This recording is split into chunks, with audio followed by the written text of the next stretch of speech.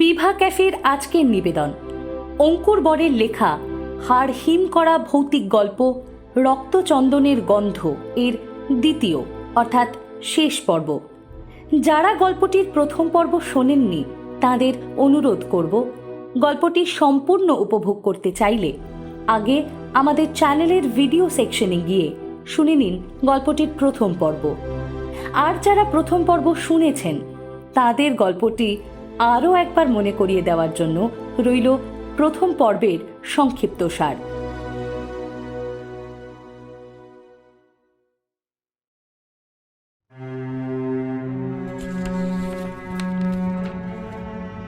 সুগন্ধা একটা অ্যান্টিক কালেকশনের দোকানে আসে নতুন ফ্ল্যাটের জন্য একটা ওয়ার্ড্রোব কিনতে।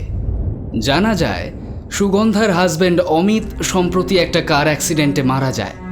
তারপরই সে মুম্বাই থেকে কলকাতা ফিরে আসে। সে এখন সিঙ্গেল মাদার। তার একটা ছোট মেয়ে রয়েছে, সায়না। লাভ ম্যারেজ করা সুগন্ধার বরাবরের হেল্পলাইন একটাই, সেটা পল্লবী। এই পল্লবী বলেছিল ব্লাড অ্যান্ড সোল নামক দোকানটার কথা, তাই আজ ও এসেছে।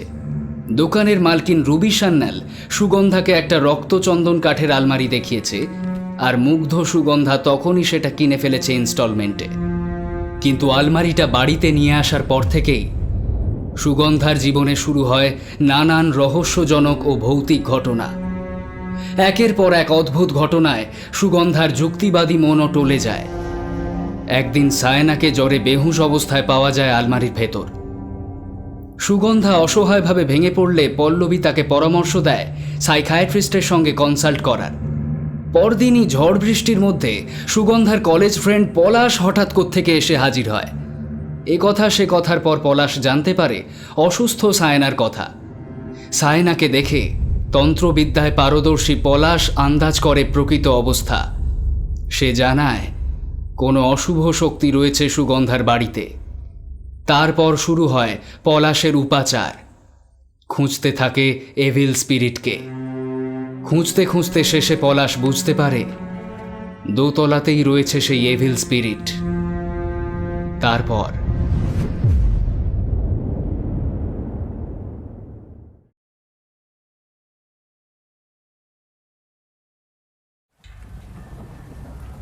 সমস্যাটা তোর বাস্তুর নয়।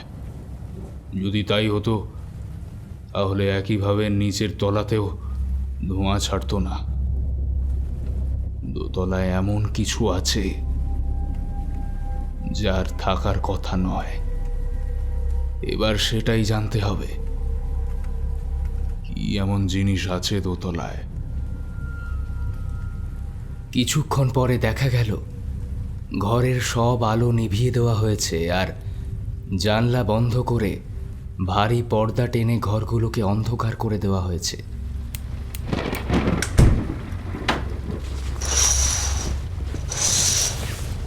বাইরে অন্ধকার করে কালো মেঘ ঝুলে থাকায় একটা অদ্ভুত অন্ধকার ভৌতিক পরিবেশের সৃষ্টি হয়েছে। প্রত্যেকটা রুমের দরজার চৌকাঠে একটা করে মোমবাতি জ্বালানো হয়েছে।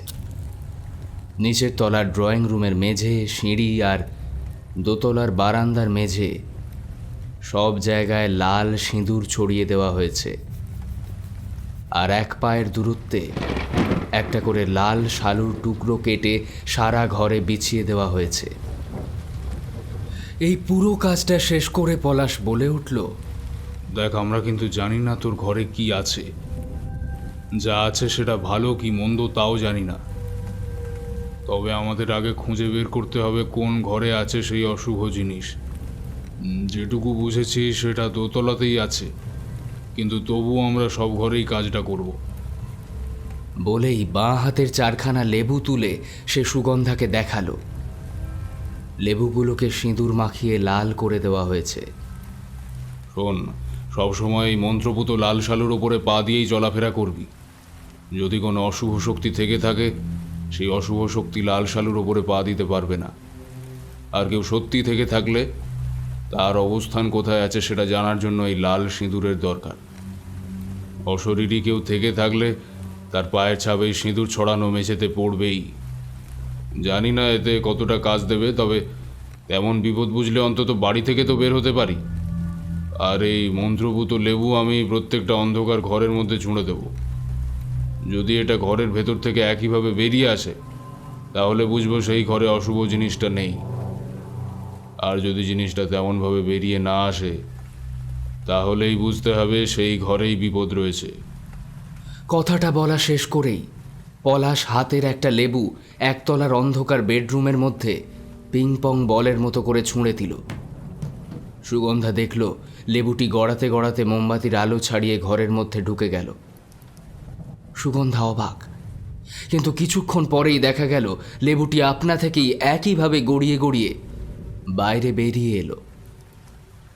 ওরা তারপর ধীরে ধীরে প্রত্যেকটা ধাপে রাখা লাল শালুর টুকরোর উপরে পা দিয়ে দোতলার বারান্দার মুখে এসে দাঁড়ালো। সুগন্ধার বুক উত্তেজনায় প্রবলভাবে ওঠানামা করছে। পলাশ আর দেরি না করে 3টে রুমের খোলা দরজা লক্ষ্য করে 3টে লেবু ছুঁড়ল। 3টে লেবুই অন্ধকার ঘরের মধ্যে একইভাবে ঢুকে গেল। 1, 2, 3। প্রত্যেকটা মুহূর্ত যাচ্ছে আর সুগন্ধার বুকের ভেতরে কে যেন হাতুড়ি পিটছে। ঠিক এমন সময় 2টো ঘর থেকে 2টো লেবু বেরিয়ে এলো, কিন্তু গেস্ট রুমের ভেতর থেকে লেবুটা বেরিয়ে এলো না।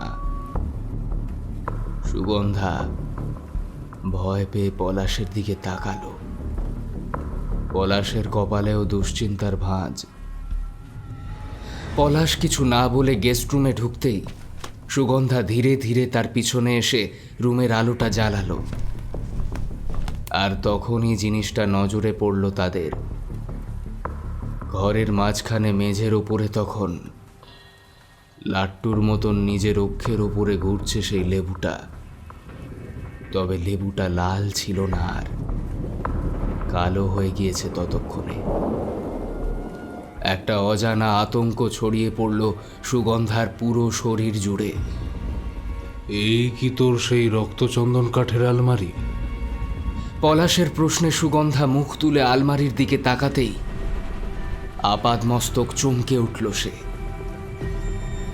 আলমারির রংটা কেমন যেন আরো টকটকে লাল হয়ে উঠেছে। ওই এই রকম রং তো ছিল না আনার সময়। সুগন্ধা কোনো রকমে বলে উঠল, হ্যাঁ। মিষ্টি চন্দনের গন্ধ পাচ্ছিস এখনো? কথাটা বলেই চোখ বন্ধ করে আলমারির গায়ে বাঁ হাতের কোড়ে আঙুলটা বোলাতে লাগলো পলাশ। সুগন্ধা রুমের মধ্যে ঢুকেই গন্ধটা পেয়েছে, তবুও একটা বড় শ্বাস টেনে মাথা নাড়ল।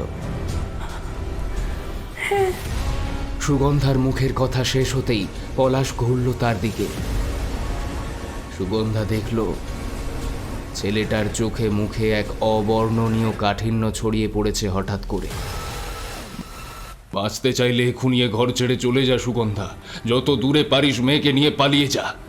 তুই জানিস না তুই কি জিনিস বাড়িতে নিয়ে এসেছিস। এটা কোনো চন্দন কাঠের আলমারি নয়, ইটস আ ডেভিলস ডোর, শয়তানের দরজা। এটা তোর বাড়িতে, এর অর্থ জানিস? এর অর্থ শয়তানকে নিজের বাড়িতে খোদ তুই নিয়ে এসেছিস। সুগন্ধার মুখ বিস্ময়ে হাঁ হয়ে গেল। এসব কি বলছিস তুই? এটা তো রক্তচন্দনের আলমারি, টিপু সুলতানের আমলের। দেখছিস না? দেখ না, এখনো মিষ্টি কিরম গন্ধ ছাড়ছে। রক্তচন্দন কাঠের কোনো গন্ধ হয় না, এটা তোর জানার কথা। বিস্ময়ে চোখ বড় হয়ে গেল সুগন্ধার। তাহলে এটা কিসের গন্ধ? তুই যা পাচ্ছিস তার কিছুই নয়, তোর নিজের আত্মার গন্ধ। আত্মা যখন দেহে অধীন থাকে তখন তার কোনো গন্ধ পাওয়া যায় না। কিন্তু শয়তান একবার সেই আত্মার সন্ধান পেলে তুই আলাদা করে নিজের আত্মার গন্ধ পেতে শুরু করবি। তবে আমি কোনো চন্দনের গন্ধ পাচ্ছি না, আমি পাচ্ছি পোড়া রক্তের গন্ধ। ঘরে ঢুকতেই পেয়েছি, তাই তোর মিষ্টি চন্দনের গন্ধের কথা শুনে অবাক হয়েছিলাম। এখন বুঝতে পারছি, রক্ত আর আত্মা, ব্লাড অ্যান্ড সোল। শয়তানকে লোভ দেখানো হয়েছে তোর আর তোর মেয়ের রক্ত আর আত্মার। এই দুটোর গন্ধ একসাথে একই জায়গায় পাওয়ার অর্থ হলো সে খুব তাড়াতাড়ি আসতে চলেছে, খুব তাড়াতাড়ি। বজ্র গম্ভীর কণ্ঠে কথাগুলো বলবার পরেই ঘরের মধ্যে পিন পতন নিস্তব্ধতা। সুগন্ধা এখনো নিজের কানকে বিশ্বাস করতে পারছে না।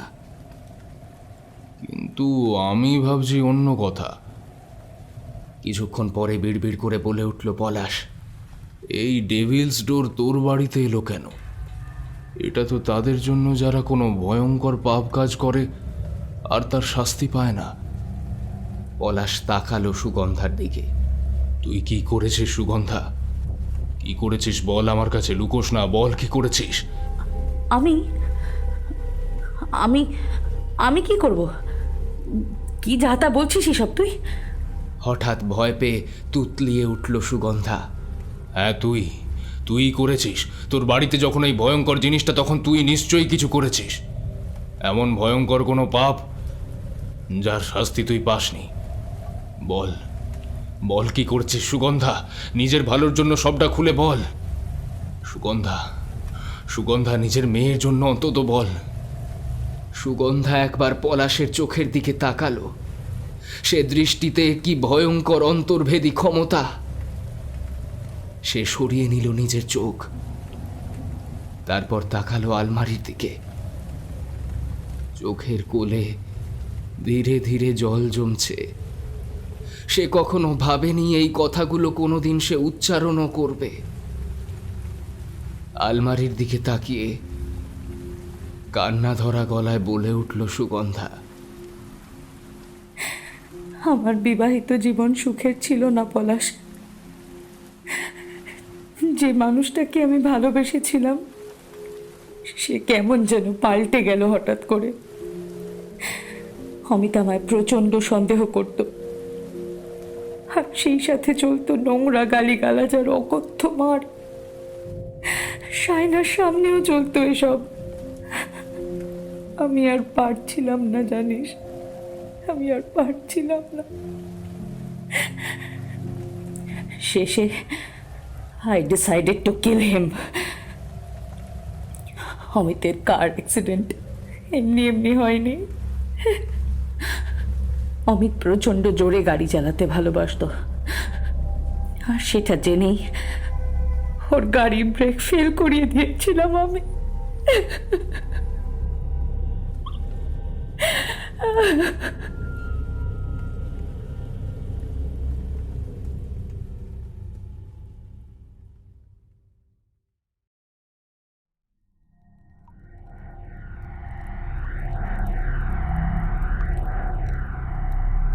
হলঘরের ভেতরটা ঠিক ঘুটঘুটে অন্ধকার নয়। ফাঁকা হলঘরের এক প্রান্তে অনেকগুলো মোমবাতি জ্বালানো হয়েছে। সেই আলোটুকু লম্বা ফাঁকা হলঘরের যতটা আলো করতে পেরেছে তা নিতান্তই কম। একটা হালকা আলো আঁধারির পরিবেশ তৈরি হয়েছে হলঘরটা জুড়ে। কিন্তু সেই মোমবাতির হালকা আলোতেই স্পষ্ট দেখা যাচ্ছে রক্তচন্দনের তৈরি কাঠের আলমারিটা। সেটা ফাঁকা নেই। আলমারির একটা তাকে একটা নগ্ন নারীর মুন্ডহীন দেহ দুমড়ে মুচড়ে রাখা আছে, আর সেই কাটা ধর থেকে টপ টপ করে রক্ত গড়িয়ে পড়ছে মেঝের ওপরে। মোমবাতির সামনে বজ্রাসনে বসে আছে রুবি সান্যাল। চোখের দৃষ্টি ঘোলাটে, হাতগুলো হাঁটুর ওপরে নিবদ্ধ। তার সামনে একটা কালো রঙের কাপড়ের ওপরে এক তাল এঁটেল মাটি, একটা মাটির সরায় কিছুটা তাজা রক্ত, আর একটা শাল পাতায় কিছুর একটা পচা নাড়ি ভুঁড়ি রাখা হয়েছে। বিকট গন্ধ বেরোচ্ছে সেখান থেকে। অন্য কেউ হলে নাকে চাপা দিত, কিন্তু রুবি সান্যাল নিরুত্তাপ। এমন সময় অন্ধকার ফুঁড়ে একটা শরীর মোমবাতির আলোয় ফুটে উঠল। খর্বাকৃতি চেহারার শ্রীরামকে আমরা আগেই দেখেছি, কিন্তু এখানে তার পাথরের মতো কঠোর মুখের ভাব দেখে বোঝা মুশকিল এই সেই হাসি খুশি ছেলেটা কিনা। তার হাতে একটা কাটা মুন্ডু, যার নলি বেয়ে তখনও ফোঁটা ফোঁটা রক্ত পড়ে মেঝে ভিজিয়ে দিচ্ছিল। শ্রীরাম কাটা মুন্ডু কোলে নিয়ে রুবি সান্যালের পাশেই বজ্রাসনে বসল। দাঁতগুলো ভেঙেছো? রুবির গলার আওয়াজ যেন বহু দূর থেকে ভেসে আসছে। শ্রীরাম মুখে কিছুই বলল না, শুধু মাথা নাড়ল সম্মতিসূচকভাবে। রুবি আর দেরি না করে বিড় বিড় সুরে মন্ত্রপাঠ শুরু করল।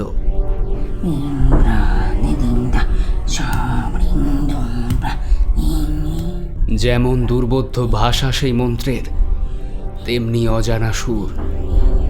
মন্ত্রপাঠের সাথে সাথেই তার হাতের কাজও চলছে। মাটির সরা থেকে সে কিছুটা রক্ত নিয়ে ছড়িয়ে দিল সেই এঁটেল মাটির ওপর। তারপর সেই রক্তে ভেজা এঁটেল মাটি ভালো করে দুই হাতে চটকাতে লাগলো।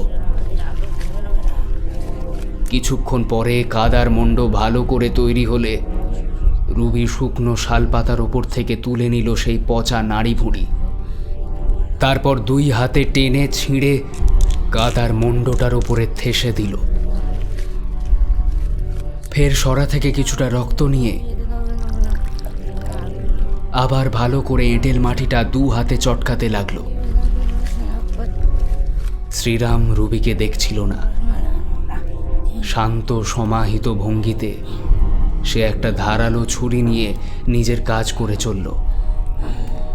সবার প্রথমে পাথরের বাড়ি মেরে মেরে কাটা মাথাটার দাঁতগুলো ভেঙে ফেলতে হবে। যে দাঁতগুলো ভাঙবে না সেগুলো সাঁড়াশি দিয়ে উপড়ে ফেলতে হবে। তারপর ছুরির ধারালো দিক দিয়ে ধীরে ধীরে যত্ন সহকারে কাটা মাথার সব চুল পরিষ্কার করে ফেলতে হবে। এমনকি ভুরুর চুলগুলো থাকলেও হবে না। এসব কাজ হয়ে গেলে ছুরির তীক্ষ্ণ ফলা দিয়ে ধীরে ধীরে চোখ উপড়ে নিয়ে সেই রক্ত সরায় রাখতে হবে। সব কাজ হয়ে গেলে ম্যাডামকে জানিয়ে দিতে হবে তার কাজ শেষ। তার ইঙ্গিত পেলেই ম্যাডাম আসল কাজ শুরু করবেন। এই পুরো পদ্ধতিটাই শ্রীরাম জানে। কম দিন তো হলো না সে এখানে আছে। শ্রীরাম মহিলার ফেটে থেঁতলে যাওয়া ঠোঁটের দিকে তাকালো।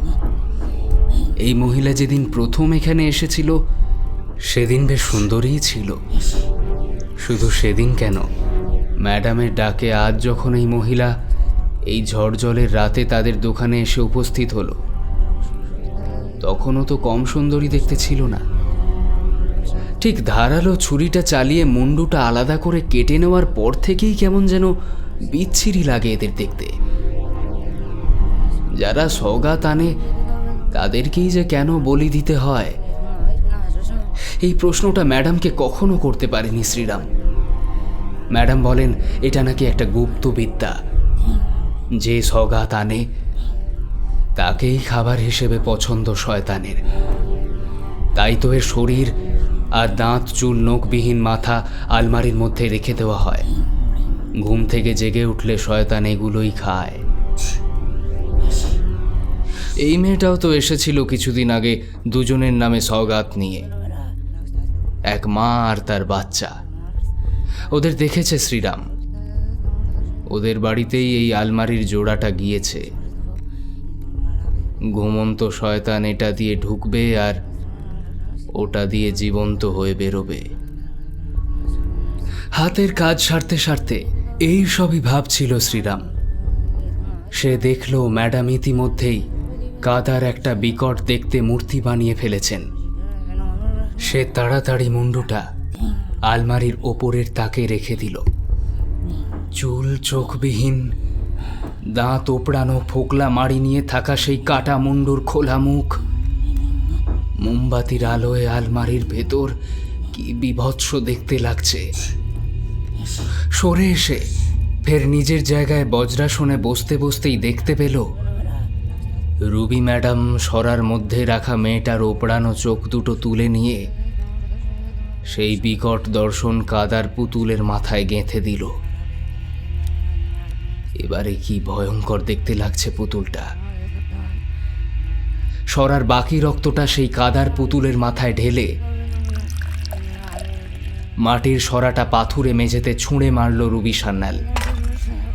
তারপর ধীরে ধীরে বিড় বিড় করে মন্ত্র পড়তে পড়তে সেই পুতুলটা কাঠের আলমারির একটা তাকে রেখে পাল্লা দুটো বন্ধ করে দিল। তারপর আলমারির হাতলে কালো কার ভালো করে পেঁচিয়ে বেঁধে নিজের আসনে এসে বসল। শ্রীরাম জানে ম্যাডামের পর যজ্ঞ করবেন, কিন্তু এই যজ্ঞের জ্বালানি হবে এই মহিলারই পরনের পোশাক আর অলংকার। ম্যাডাম চোখের ইশারা করতেই শ্রীরাম তড়ি ঘড়ি পাথুরে মেঝের একপাশে মহিলাটির পোশাক এনে তাতে মোমবাতির আগুন ধরিয়ে দিল। পাথরের মেঝের ওপর সেই কাপড়ের আগুন দাউ দাউ করে জ্বলে উঠল। রুবি সান্যাল চূড়ো করে বাঁধা মাথার চুল খুলে দিয়ে ভয়ঙ্কর সুরে মন্ত্র পাঠ করছে। শ্রীরাম জানে এরপর তাকে কি করতে হবে। সে মহিলাটির একটা একটা অলংকার সেই জ্বলতে থাকা আগুনের ওপর একে একে আহুতি দিতে লাগলো। আংটি, কানের দুল ধীরে ধীরে সেই আগুনে পুড়ে যেতে লাগলো। সব শেষে শ্রীরামের হাতে এলো একটা চেন। চেনের নিচে একটা লকেট ঝুলছে। শ্রীরাম জানে এই লকেট দুদিক থেকে খোলে, এরকম বহু লকেট তাদের দোকানে আসে। ওদিকে রুবি সান্যাল মন্ত্র পাঠ করতে করতে মেঝেতে ক্রমাগত মাথা ঠুকে চলেছে।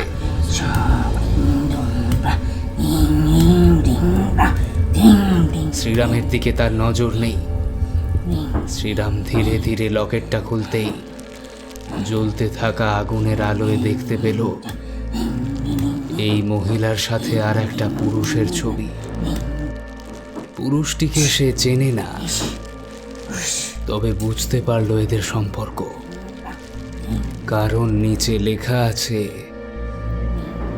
পল্লবী লাভস অমিত।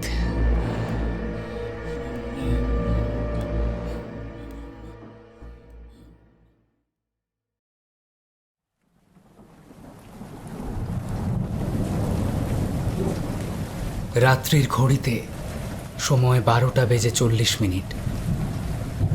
বাইরে কড়াত কড়াত শব্দে বাজ পড়ছে, সেই সাথে প্রবল ঝোড়ো হাওয়া আর তুমুল বৃষ্টি। বেডরুমের জানলায় ভারী খয়েরি রঙের পর্দা টাঙানো, তারই ফাঁক দিয়ে বিদ্যুতের সাদা আলোর ঘন ঘন ঝিলিক কাচের পাল্লার এপার থেকে স্পষ্ট দেখতে পাচ্ছে সুগন্ধা। বিছানায় শুয়ে আছে সে, মেয়েকে বুকে জড়িয়ে। কাল থেকে জ্বর একটুও কমছে না তার। কাল সকালের মধ্যে না কমলে হসপিটালে ভর্তি করাতেই হবে। পরপর কয়েকদিনের ঘটনাগুলো চোখের সামনে সিনেমার ছবির মতো সরে যাচ্ছে অতি দ্রুত। ঘরের মধ্যে উজ্জ্বল সাদা আলো তীব্রভাবে জ্বলছে। সুগন্ধা ঘাড় উঠিয়ে একবার দরজার দিকে তাকালো। দরজার পাল্লা ভেতর থেকে লাগানো, শক্ত হাতে সে ছিটকিনি দিয়েছে। সারা দিনের ক্লান্তি যেন দু চোখের পাতায় এসে জমা হয়েছে, কিন্তু কিছুতেই ঘুম আসছে না তার। একটা তীব্র ভয় জাঁকিয়ে বসেছে তার বুকে, একটা অবর্ণনীয় অস্বস্তি হচ্ছে। পলাশ বারবার বলেছিল তার জন্য এই বাড়ি নিরাপদ নয়, কিন্তু সে কোথায় যাবে, কোথায়? অমিতের সেই অকথ্য অত্যাচারের দৃশ্যগুলো বারবার চোখের সামনে ফুটে উঠল। উফ, কি ভয়ঙ্কর ছিল সেই সব দিন। অমিত অন্য একটা সম্পর্কে জড়িয়েছে, সেটা সুগন্ধা বহুদিন হলো জানতে পেরেছিল, কিন্তু কিছুই বলেনি, কারণ উল্টো দিকের মানুষটা কে তার সঠিক প্রমাণ সে পায়নি। অমিতের চোখ এড়িয়ে বহুবার চেষ্টা করেছে অমিতের প্রণয়িনীর ব্যাপারে জানতে, কিন্তু পারেনি।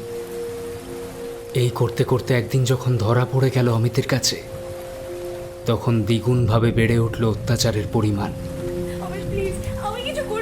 অমিত চাইতো সুগন্ধা যেন তাকে ডিভোর্স দিয়ে কলকাতায় ফিরে যায়। তুই তুই সবসময় আমার পিছনে পড়ে থাকিস। তুই একটা সাইকো ব্লাডি বিচ। মেরে ফেলবো তোকে আজকে। কিন্তু কোন মুখে ফিরবে সুগন্ধা? কতবার মনে হয়েছে নিজেকে শেষ করে দিতে, সায়নাকে শেষ করে দিতে। অমিতের অত্যাচার থেকে সায়নাও বাদ ছিল না যে।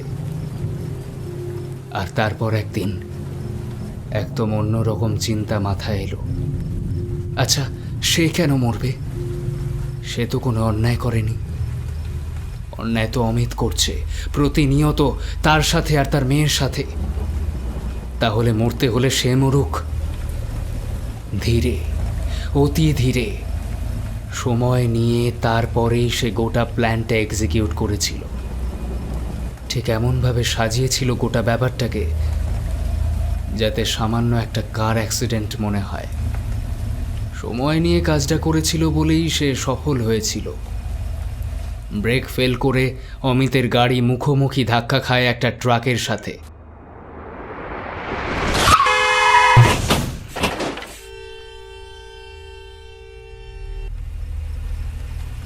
Spot dead. মুক্তি পেল সুগন্ধা, মুক্তি পেল সায়না। কিন্তু আইনের চোখকে ফাঁকি দেওয়া গেলেও ফাঁকি দেওয়া গেল না সবাইকে। আর তাই তো ভয়ঙ্কর জিনিসটা তার বাড়িতে, দোতলার গেস্ট রুমে। পলাশ বলেছিল ওটা নাকি শয়তানের দরজা। শয়তান ওই দরজা দিয়ে বেরিয়ে আসে এই জগতে, তারপর শাস্তি দেয় অপরাধীকে। কেউ পালাতে পারে না তার নজর এড়িয়ে। প্রথমে বিশ্বাস করেনি পলাশের কথা। ঝড় বৃষ্টি মাথায় করেই ছুটে বেরিয়ে গেছিল ব্লাড অ্যান্ড সোলের দরজায়। কিন্তু দুর্ভাগ্য, সে দরজা বন্ধ ছিল। ক্রমাগত দরজায় ধাক্কা দিয়েও এই ঝড় বাদলের মরশুমে তাদের কোনো সাড়া পাওয়া যায়নি। শেষে ব্যস্ত ও বিধ্বস্ত হয়ে যখন ফিরে এলো, দেখল পলাশ তার জন্য অপেক্ষা করছে বাইরে। আমি ওপরের ঘরে কিছু উপাচার করে এসেছি, জানি না কাজ দেবে কিনা, তবে আশা করবো যাতে দেয়। আর যে সতর্ক বার্তাগুলো দিয়েছি সেটা মেনে চলিস প্লিজ। ইচ্ছে তো হচ্ছিল তোর অপরাধীর মুখটা সকলের সামনে নিয়ে আসি, তোকে সাহায্য না করি, কিন্তু তোর ওইটুকু মেয়ের মুখ চেয়ে সেটা করতে পারলাম না। কথাটা বলেই পলাশ ঘরের কোণ থেকে ছাতাটা তুলে বেরিয়ে গিয়ে গাড়িতে উঠে বসেছিল। এক মুহূর্তও দাঁড়ায়নি।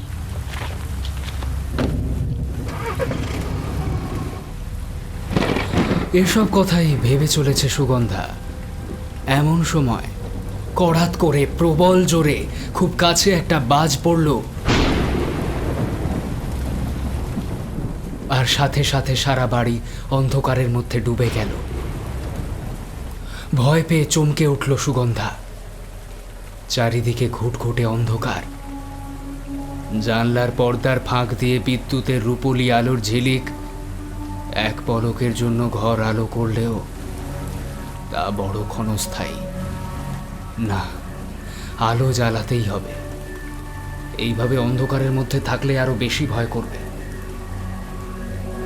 সুগন্ধা বুঝল সায়না গভীরভাবে ঘুমোচ্ছে। কোনোভাবে টেবিলের কাছে পৌঁছেই ড্রয়ার হাতড়ে ভেতর থেকে মোমবাতি আর লাইটারটা বের করে আগুন জ্বালাতেই একটা মৃদু হলদেটে আভা ছড়িয়ে পড়ল গোটা ঘরে। কিন্তু ঠিক তখনই একটা খিলখিলে হাসির আওয়াজে চমকে দরজার দিকে ফিরতেই একটা ঠান্ডা ভয় ছড়িয়ে পড়ল তার সমস্ত শরীর আর স্নায়ু জুড়ে। বেডরুমের বন্ধ দরজাটা কে যেন খুলে দিয়েছে, আর দরজার ওপারে থাকা গাঢ় অন্ধকারে মিশে কে যেন হেসে চলেছে খিলখিল করে, একটানা নিরবিচ্ছিন্নভাবে। কে? গলাটা কেঁপে উঠল সুগন্ধার। না কোনো উত্তর এলো না অন্ধকারের ভেতর থেকে, শুধু ভেসে এলো খিলখিলে হাসি, আরো ভয়ঙ্কর ভাবে, বুকের রক্ত জল করা ভঙ্গিতে। কে? কে আছে ওখানে? মোমবাতি হাতে নিয়ে দরজার বাইরে বেরিয়ে আসতে গিয়ে থমকে দাঁড়ালো মাঝপথে। অন্ধকারে কি যাওয়া ঠিক হবে? আবার চিৎকার করে উঠল দরজার চৌকাঠে দাঁড়িয়ে। কে আছো? উত্তর দাও। সুগন্ধা বুঝল গলা শুকিয়ে আসছে তার। না, এবারেও কোনো সাড়া এলো না, কোনো সাড়া আসবে না। অন্ধকার ড্রয়িং রুমে মাঝে মাঝে বিদ্যুতের রূপলি ঝিলিক পরিবেশটা আরো ভয়ঙ্কর করে তুলছে। বাইরে ঝমঝম করে বৃষ্টিপাতের শব্দ, আর সেই সাথে কান ফাটানো মেঘের গর্জন। উফ, মনে হচ্ছে প্রকৃতি যেন আজকেই ধ্বংস হয়ে যাবে। ঠিক এমন সময় মনে হলো কে যেন সিঁড়ি দিয়ে পা ঘষে ঘষে দোতলায় উঠছে। চমকে উঠল সুগন্ধা। না, এখানে দাঁড়িয়ে থাকলে হবে না। এখানে দাঁড়িয়ে দাঁড়িয়ে ভয় না পেয়ে দেখতে হবে কে ঘুরে বেড়াচ্ছে সারা বাড়িতে। যেই ঘুরে বেড়াক, সে ভয় দেখিয়ে কিছুতেই এই বাড়ি ছাড়া করতে পারবে না সুগন্ধাকে, কিছুতেই না। মনে মনে কথাটা যতই বলতে থাকুক, ভেতরে ভেতরে কিন্তু একটা ভয়ঙ্কর আতঙ্ক গ্রাস করেছে সুগন্ধাকে। সে একবার ঘাড় ঘুরিয়ে ঘরের ভেতরটা দেখল। অন্ধকারে খুব একটা ভালো দেখা যাচ্ছে না মোমবাতির আলোয়। সে আলোটা বাড়িয়ে দেখল বিছানায় অকাতরে পড়ে সায়না ঘুমোচ্ছে, জ্বরে বেহুঁশ হয়ে আছে হয়তো। সুগন্ধা যখন একেবারেই নাছোড় ছিল যে কোনো পরিস্থিতিতেই সে এই ঘর ছেড়ে যেতে পারবে না, তখন বাধ্য হয়ে পলাশ সুগন্ধাকে কিছু সতর্ক বার্তা দিয়েছিল, যার প্রথমটি ছিল অন্তত আজ রাতে কোনো মূল্যেই যেন বেডরুম থেকে তারা বের না হয়। কিন্তু এই ভয়ঙ্কর পরিস্থিতিতে পলাশের প্রথম সতর্ক বার্তার কথা বেমালুম ভুলে গেল সুগন্ধা। ঘরের দরজাটা বাইরে থেকে লাগিয়ে সে মোমবাতি উঁচু করে সিঁড়ির দিকে এগিয়ে গেল ধীর পায়ে।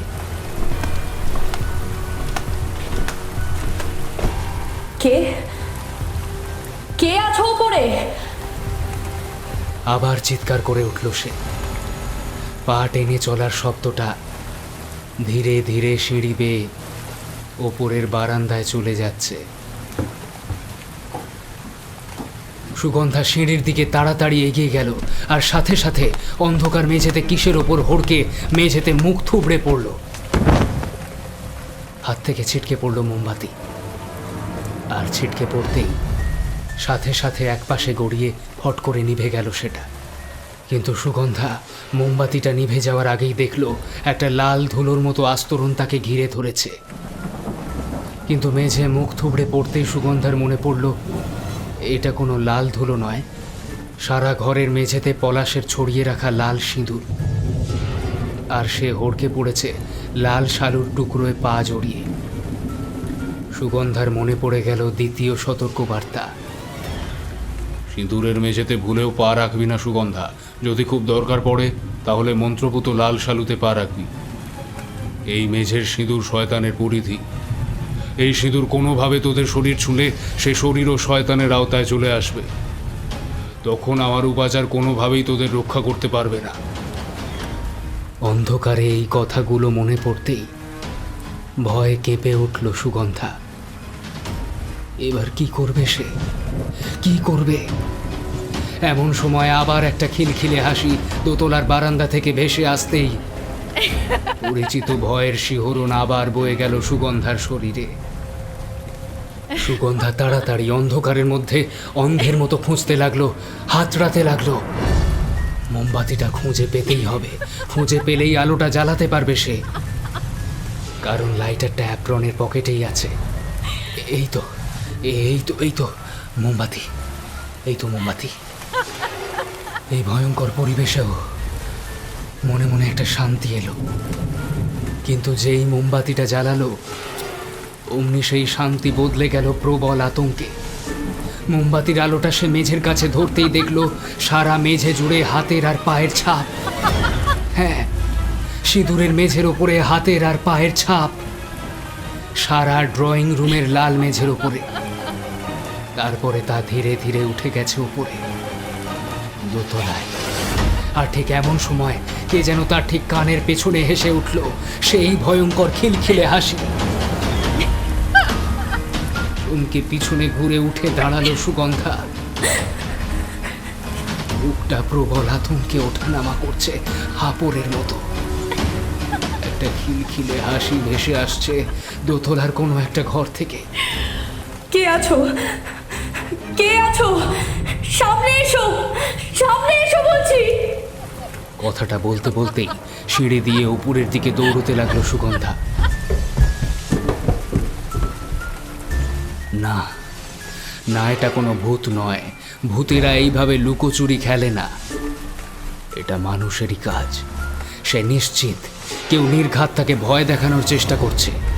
কেউ চাইছে সে যাতে এই ঘর ছেড়ে চলে যায়। কিন্তু না না, সে তার উদ্দেশ্য কিছুতেই সফল হতে দেবে না। সিঁড়ির সবচেয়ে উপরের ধাপে পা দিতেই দড়াম করে বন্ধ হয়ে গেল গেস্ট রুমের দরজা। ও, তার মানে কেউ ওই ঘরে গিয়ে লুকিয়েছে? না, আজ অপরাধী কিছুতেই পালাতে পারবে না। সে দেখবে কে আছে এসবের পিছনে। পুলিশ ডাকতে পারলে ভালো হতো, কিন্তু ফোনে একদম চার্জ নেই। বারান্দার শেষ মাথায় একটা কাচের জানলা, সেটা থেকে মুহুর্মুহু বিদ্যুৎ ঝলকের নীল আলো বারান্দাটা আরো ভৌতিক করে তুলছে। সুগন্ধা মোমবাতি হাতে নিয়ে গেস্ট রুমের দরজার লকটা খুলতেই ক্যাচ করে সেই কেঠো পরিচিত শব্দটা ছড়িয়ে পড়ল ঘরের মধ্যে। আর সাথে সাথে দড়াম করে আলমারির পাল্লাটা বন্ধ হয়ে যাওয়ার শব্দ হলো। কেউ জোরে কাঠের পাল্লা টেনে বন্ধ করে দিলে যেমন শব্দ বের হয়, শব্দটা ঠিক তেমন শোনালো। ও, এবার ওর ভেতরে গিয়ে লুকিয়েছে। যেই লুকিয়ে থাকুক, তার নির্বুদ্ধিতায় মনে মনে হাসি পেল সুগন্ধার। মিষ্টি চন্দনের গন্ধে ভরে উঠেছে গোটা ঘর। কি যেন বলেছিল পলাশ, এটা তার আত্মার গন্ধ, শয়তানের দরজা। আত্মার গন্ধ? তার গন্ধ মাই ফুট। প্রবল রাগে চোয়াল শক্ত হয়ে উঠল তার। আচ্ছা, এরা সকলে মিলে একটা গ্যাং নয় তো, যারা চায় না ও এ বাড়িতে থাকুক? কে বলতে পারে অমিতের বাবা আর ভাই এই গ্যাংটাকে কাজে লাগিয়েছে তাকে এ বাড়ি ছাড়া করবার জন্য। আর পলাশ নিশ্চয়ই বুজরুকি করছিল। পলাশ হয়তো এই গ্যাংয়েরই সদস্য। না, সে কাউকে ছাড়বে না, না অমিতের বাবা ভাইকে, না পলাশকে, না এই মুহূর্তে যে আলমারির মধ্যে লুকিয়ে আছে তাকে। সে দেখল আলমারিটা একাধিক লাল সুতোর প্যাঁচে জড়িয়ে রেখেছে পলাশ। সব বুজরুকি, সব সব সব বুজরুকি। সে মোমবাতির আগুনটা লাল সুতোর উপরে ধরতেই লাল সুতোগুলো একে একে পুড়ে গিয়ে নিচে খসে পড়ছে। কি যেন বলেছিল পলাশ তৃতীয় সতর্কবার্তা হিসেবে? আগের দুটো কোনোভাবে বিফল হয়ে গেলে শেষ সতর্ক বার্তাটা মাথায় রাখিস। আলমারিতে বন্ধকি সুতো দেওয়া আছে, সেগুলো কোনো মতেই সরিয়ে আলমারির পাল্লা খুলবি না। এটা হলে তোকে আর তোর মেয়েকে কেউ বাঁচাতে পারবে না। রাগে সারা শরীর রি রি করে উঠল সুগন্ধার। সারা শরীর ঘেন্নায় গুলিয়ে উঠল। এত লোভী অমিতের পরিবার? হতেই পারে। অমিত কত এমন ভালো ছিল? সে মোমবাতিটা বাম হাতে ধরে ডান হাত দিয়ে পাল্লাটা খুলল। না, সে এদের সবকটাকে পুলিশে দেবে। কিন্তু এ কি? চমকে উঠল সুগন্ধা। আলমারির ভেতরে তো কেউ নেই। মোমবাতির আলোয় ভালো করে দেখতে দেখতে প্রত্যেকটা তাক তন্ন তন্ন করে খুঁজল সে, কিন্তু না, সেখানে কেউ ছিল না। তবে কি অন্য ঘরে? যেই ঘরেই থাক, যেখানেই থাক, সে আজ কিছুতেই পার পাবে না সুগন্ধার থেকে। সুগন্ধা আলমারির পাল্লাটা লাগিয়ে মোমবাতির আলোয় ঘরটা ভালো করে দেখে নিল। আশ্চর্য, কেউ তো নেই এখানে। কিন্তু সে যে স্পষ্ট শুনেছিল দরজা বন্ধ করার শব্দ। তাহলে কি তা হাওয়ায়? সে তাড়াতাড়ি দরজার দিকে এগিয়ে গেল। অপরাধী এই ঘরেই আছে, তাকে এখনই খুঁজে বের করা দরকার। দরজাটা খোলার জন্য যে সে হাত বাড়ালো, অমনি পিছন থেকে একটা ক্যাচ করে শব্দ হলো। চমকে পিছনে ফিরল সুগন্ধা। আলমারির পাল্লাটা ধীরে, অতি ধীরে খুলে যাচ্ছে। মোমবাতির আলোটা সেই দিকে বাড়িয়ে ধরতেই সে জিনিসটা দেখতে পেল, আর দেখা মাত্র ভয়ের আতঙ্কের অজানা শীতল স্রোত তার মেরুদণ্ড দিয়ে বয়ে গেল। একটা হাত বেরিয়ে আসছে আলমারিটা খুলে, কিন্তু এ কোনো সাধারণ হাত নয়। একটা পচা গলা হাড়ের কাঠামো, যার আঙুলের নখগুলো খসে ঝুলছে। আঁতকে উঠল সুগন্ধা। ধীরে ধীরে জিনিসটা আলমারির পাল্লাটা খুলে পুরোটাই বেরিয়ে এলো বাইরে। আর মোমবাতির হালকা হলদেটে আলোয় তাকে দেখেই বুকের ভেতরে রক্ত যেন আতঙ্কে জল হয়ে গেল। তার সামনে দাঁড়িয়ে আছে সে নিজে। সে ভুল দেখছে না তো। আলমারি থেকে যেই জিনিসটা বেরিয়ে এসেছে তাকে হুবহু সুগন্ধার মতো দেখতে, শুধু গায়ের রংটা সাদা কাগজের মতো ফ্যাকাশে। চুলগুলো মুখের সামনে ঝুলছে, চোখের তারা নেই, পুরোটাই সাদা। সুগন্ধাকে দেখে আলমারি থেকে বেরিয়ে আসা মূর্তিটা হেসে হাত নাড়িয়ে উঠল। আর তখনই খেয়াল করল তীক্ষ্ণ দাঁতের ফাঁক থেকে গড়িয়ে পড়ছে পচা কালচে রক্ত। বড় বড় নখগুলো পুরো কালো। জিনিসটাকে দেখে সুগন্ধা যেন পাথর হয়ে গেল। হাত থেকে মোমবাতিটা নিচে পড়ে গেল। এটা কি জিনিস? এটা তো কোনো মানুষ নয়। পালাতে হবে, পালাতে হবে। সুগন্ধা দেখল জিনিসটা তার দিকে এগিয়ে আসছে ধীর পায়ে। পরক্ষণেই যেন সম্বিত ফিরে পেল সে। এক লাফে দরজার বাইরে বেরিয়ে দরজাটাকে দড়াম করে টেনে লাগিয়ে দিতেই হাঁফ ছেড়ে বাঁচল। কিন্তু তা এক মুহূর্তের জন্যই। পরক্ষণেই নিচের বেডরুম থেকে হঠাৎ একটা চিৎকার ভেসে এলো। সায়নার গলা না? চমকে উঠল সুগন্ধা। সে তো একদম ভুলেই গিয়েছিল সায়নার কথা। আতঙ্কের একটা ঢেউ আছড়ে পড়ল সারা শরীরে সুগন্ধার। সে লাফিয়ে লাফিয়ে নিজের বেডরুমের দিকে ছুটল। অনেক হয়েছে, অনেক হয়েছে, আর না। সে এখান থেকে মেয়েকে নিয়ে পালাবে, পালাবে। কিন্তু বেডরুমের দরজায় পৌঁছেই বিদ্যুতের আলোয় ভেতরের জিনিসটা তার নজরে পড়ল। আর পড়তেই সে যেন পাথরের মূর্তি হয়ে গেল। সায়না বিছানার উপরে একজনের কোলের ওপর বসে আছে।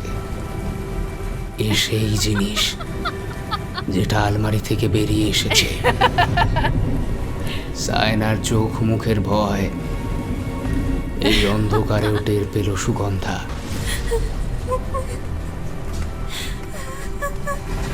তাকে দেখেই সায়না ডুকরে কেঁদে উঠতেই সুগন্ধা চিৎকার করে ছুটে এলো বিছানা লক্ষ্য করে। কিন্তু সুগন্ধা বিছানার কাছে পৌঁছানোর আগেই অন্ধকারের মধ্যে যেন হাওয়ায় মিলিয়ে গেল তারা।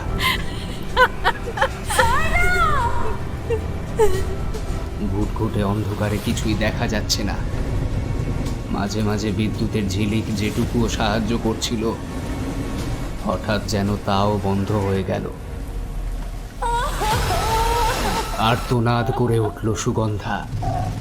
চোখ থেকে জলের ধারা নেমে সব কিছু ঝাপসা করে দিল।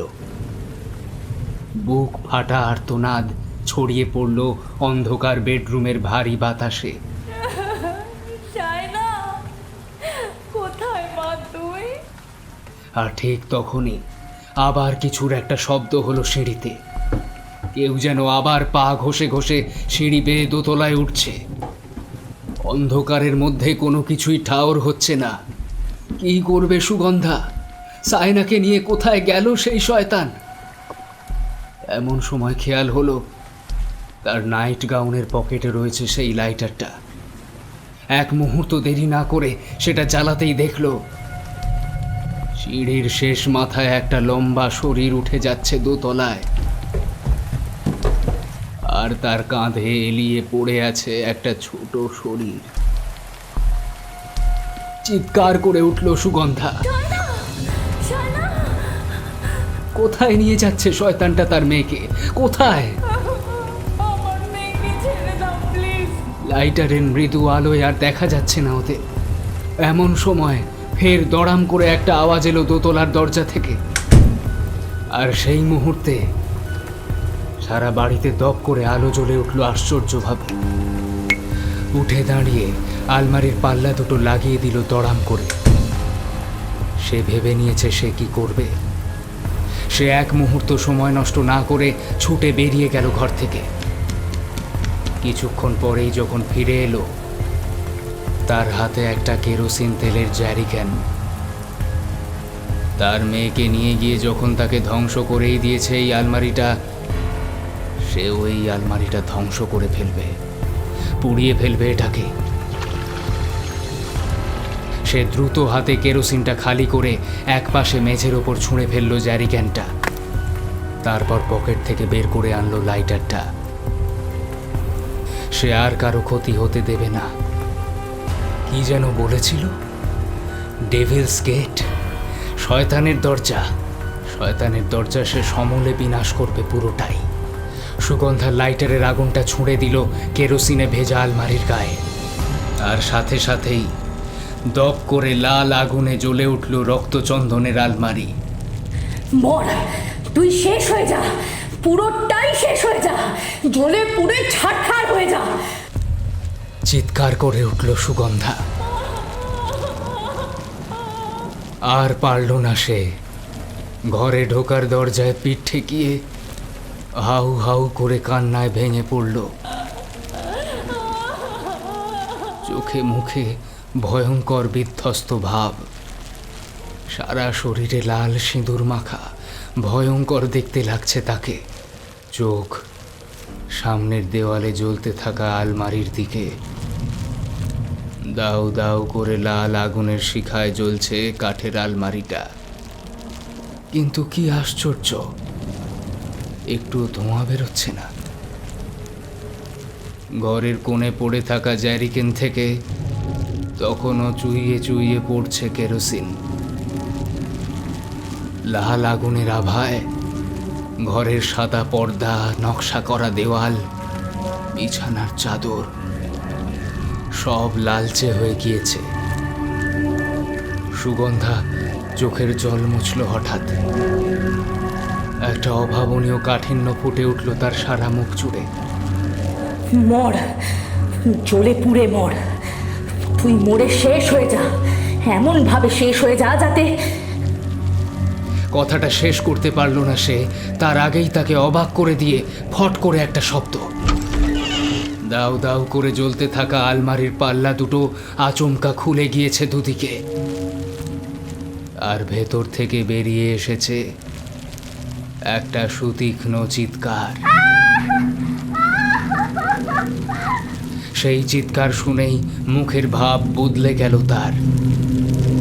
প্রবল আতঙ্ক, ভয় সবকিছু একসাথে মানুষের মুখের মধ্যে এসে জড়ো হলে যেরকম দেখতে লাগে, এও ঠিক তেমনটাই। সুগন্ধা এই গলার স্বর খুব ভালো করে চেনে। ও স্বর সায়নার। কোথায় সে? কোথায় সে?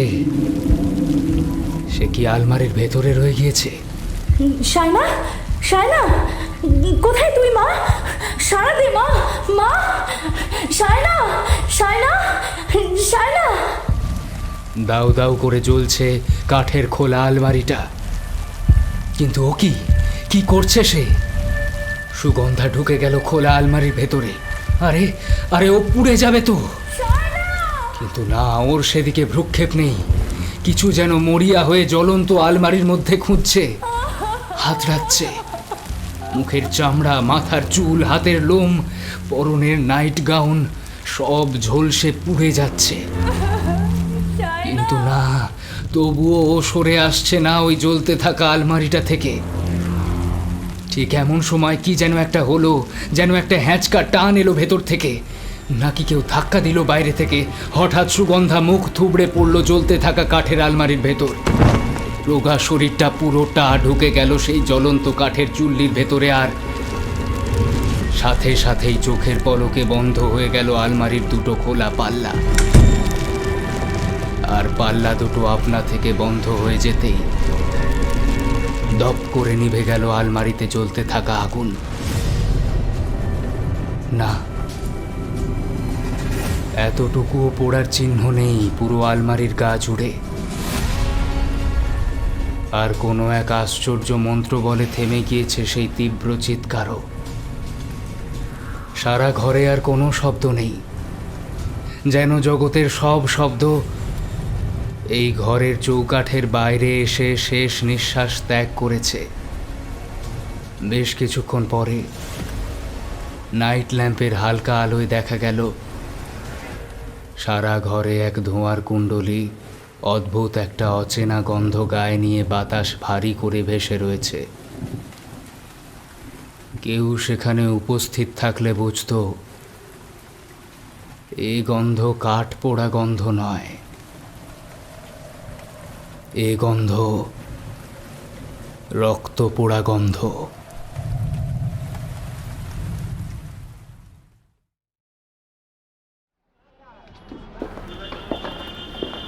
বলুন। দোকানের লোকটি মুচকি হেসে কথাটা বলতেই শ্রীময়ী অবাক হলো। লোকটিকে দেখে একদম বাঙালি বলে মনে হয় না। থাকে থাকে সাজানো অ্যান্টিক জিনিসগুলোর দিকে ঘাড় ফিরিয়ে শ্রীময়ী বলল, আমার এক্স হাজব্যান্ড আমার আপনাদের দোকানের কালেকশনের কথা বলেছিল। আমি আমার নতুন বাড়ির জন্য একটা পুরনো দেখতে ওয়ার্ড্রব দেখতে চাই, মানে একটু পুরনো হবে, একটু ওল্ড ফ্যাশন, মানে একটু অ্যান্টিক টাইপের। পাওয়া যাবে তো? অবশ্যই পাওয়া যাবে। পিছন থেকে একটা সুরেলা কণ্ঠস্বর দোকানের ভেতরে ছড়িয়ে পড়তেই সেই দিকে ফিরল শ্রীময়ী। একজন অপরূপ সুন্দরী মহিলা, মাথার চুল রিবন দিয়ে চূড়ো করে বাঁধা, পরনে একটা কালো রঙের আলখাল্লা গোছের কিছু। ব্লাড অ্যান্ড সোলে পাওয়া যাবে না এমন জিনিস কমই আছে। শ্রীময়ী অবাক চোখে তাকিয়ে দেখতেই মহিলাটি নমস্কার করে বলে উঠল, নমস্কার, আমি রুবি সান্যাল, এই দোকান আমারই। কথা বলতে বলতে মহিলাটি শ্রীময়ীর কাছে আসতেই শ্রীময়ী খেয়াল করল মহিলার চোখের মণি অস্বাভাবিক রঙের সবুজ। নমস্কার, আমি কিন্তু একটু অ্যান্টিক টাইপের জিনিস খুঁজছি। সেটা আপনার কথা শুনে বুঝেছি। আসুন, একটা রক্তচন্দন কাঠের আলমারি আছে, ঘরের যে কোনো জায়গায় রাখবেন, সারা ঘর গন্ধে ম করবে, তবে দামটা একটু বেশি পড়বে। চলবে? রক্তচন্দনের গন্ধ হয় না কি? কে বলেছে হয় না ম্যাডাম? এখনকার জিনিস মাত্রই ভেজাল, তাই গন্ধ পাননি। এসব কত যুগ আগের তৈরি, এমন অ্যান্টিক পিস মাথা খুললেও কোথাও পাবেন না। শ্রীময়ী খেয়াল করল না শেষের দিকে কথাগুলো বলতে গিয়ে হঠাৎ যেন চকচক করে উঠল মহিলার সবুজ চোখ জোড়া, আর ঠোঁটের কোণে খেলে গেল হালকা পৈশাচিক হাসি।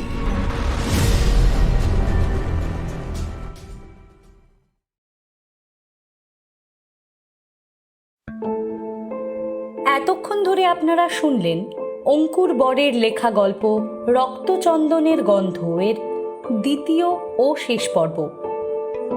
গল্প পাঠে তমাল, গল্পের সূত্রধার পূজা। বিভিন্ন চরিত্রে যারা অভিনয় করেছেন: নেপালি ছেলে দেবদত্ত, সুগন্ধা পূজা, রুবি সান্যাল তন্দ্রা, টিম অরিত্র, পল্লবী, শ্রীময়ী ও সায়নার চরিত্রে অনন্যা, ঘোষাল কাকিমা, অমিত ও পলাশের চরিত্রে তমাল। গল্পটির সম্পাদনায় সায়ন এবং পরিচালনায় তমাল। প্রযোজনা ও পরিবেশনায় বিভা পাবলিকেশন। আমাদের আজকের গল্প আপনাদের ভালো লাগলে সাবস্ক্রাইব করুন আমাদের চ্যানেল বিভা ক্যাফে এবং সবার আগে আমাদের লেটেস্ট ভিডিওর নোটিফিকেশন পেতে প্রেস করুন রিং বেল আইকনে। আর অবশ্যই আপনাদের ভালো লাগা খারাপ লাগা আমাদের জানান এই গল্পের কমেন্ট সেকশনে। আমাদের পরবর্তী নিবেদন নিয়ে আমরা আবার হাজির হব শুধুমাত্র আমাদের অফিসিয়াল চ্যানেল বিভা ক্যাফেতে। ভালো থাকবেন, সাহিত্যে থাকবেন। শুভরাত্রি।